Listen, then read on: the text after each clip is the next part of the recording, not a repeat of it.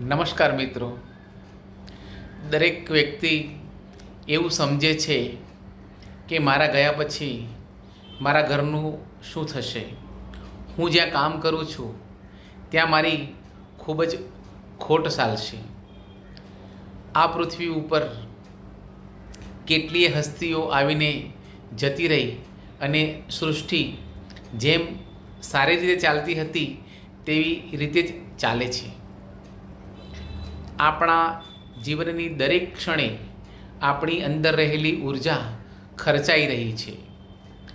આપણે આપણા માટે કશું જ કરી શકતા નથી અને છતાં પણ આપણા જીવનમાંથી ઉર્જાનો જેમ જેમ વપરાશ થતો જાય છે તેમ તેમ આપણું મૃત્યુ નજીક આવતું જાય છે.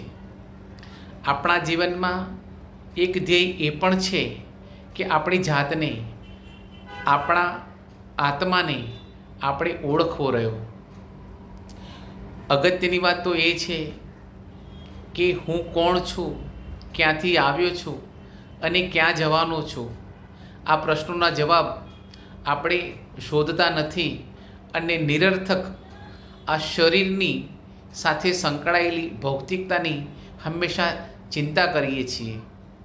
જ્યારે માણસ મૃત્યુશૈયા ઉપર પડ્યો હોય છે ત્યારે અંતકાળે જે ભૌતિક સુખ મેળવવા માટે પ્રયત્નો કર્યા હોય છે તે બધા જ તેને નિરર્થક લાગે છે અને પોતાની જાતને ઓળખવા માટે જે પ્રયત્ન કરવો જોઈએ તે કર્યો નથી તેના અફસોસ સાથે જાય છે. તો મિત્રો, આપણા જીવનમાં સાંસારિક જીવનની જેટલી જરૂરિયાત છે તેટલી જ તાતી જરૂરિયાત અને ફરજિયાતપણે આપણી જાતને, આપણા આત્માને ઓળખવી જરૂરી છે.